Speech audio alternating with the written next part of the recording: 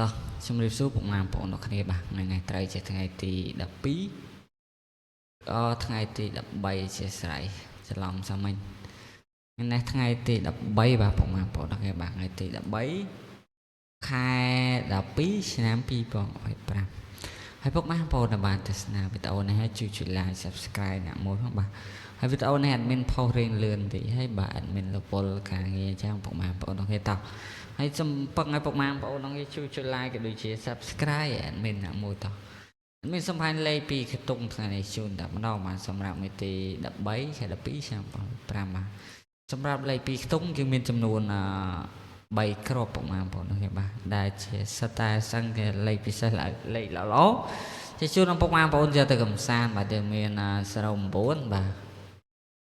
គ្រាប់ទី1គឺមាន09មាន76បាទមានជាស្រ័យ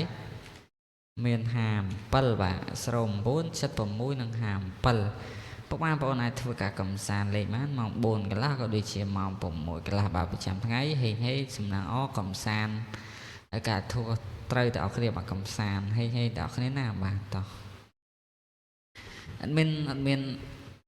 និយាយឲ្យពុកម៉ែបងប្អូនច្រើនទេពុកម៉ែបងប្អូនទាំងគ្នាបាទតោះអត់មានសុំតែប៉ុណ្ណឹងតោះអត់មានសុំបង្ហាញលេខ3ខ្ទង់ម្ដងបាទ3ខ្ទង់គឺមាន2គ្រាប់ហើយយើងមាន547បាទហើយនឹង007គុណបាទ547ហើយនឹង007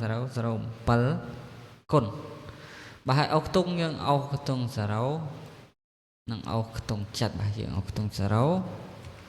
ក៏ដូចជាអុកខ្ទង់7បាទយើងអុកទៅ2ខ្ទង់ហ្នឹងទេបាទអុកខ្ទង់0និងអុកខ្ទង់7